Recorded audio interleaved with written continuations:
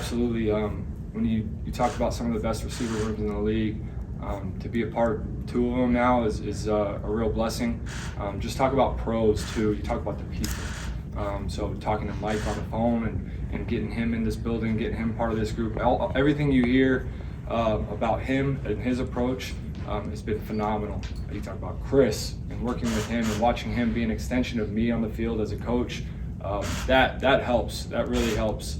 And then the athletic stuff that they can do, that they can provide, it's hard to coach all the other guys and say, hey, you guys need to do what Mike and Chris do, because they're special athletes, and everyone around the league they're trying to mimic them. So it's a blessing to be able to work with them, and then in bringing other guys along too. Like Russell Gage has some really cool special traits that we want to get out of him.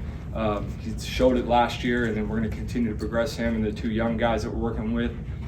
Really excited about their progression as well. So you got two guys that have really kind of shown all the other guys we're going to bring in the building that are already here, like, this is what your approach needs to look like. They've been doing it for a long time, so I'm very fortunate. The outside more. You'll see a little bit of everything, and I know it's kind of like coach speak, right? Oh, I don't want to give away our trade secrets, but Chris, early on, he can stretch the field, and that's what I want to continue to remind him of. He can stretch the field, and I know he's coming off of the knee injury from last year, and he's already shown it out there. Like, when you put him outside, like, this guy's he's a problem one-on-one. So the things that he brings in the slot, for me, that's a benefit to Chris, and that's stuff that he naturally does.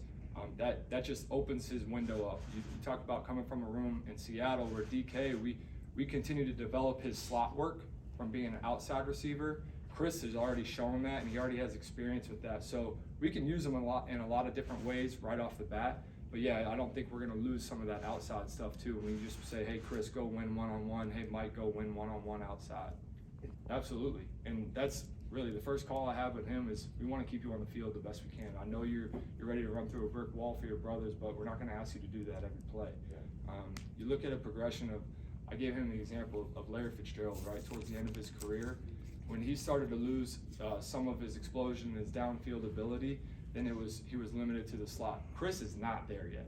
Chris still has that ability to win outside, so we don't need him banging every play. And when we ask him to do it, he'll do it willingly, and we love that about him. But we do want to preserve him too, and we want him playing here for a long time.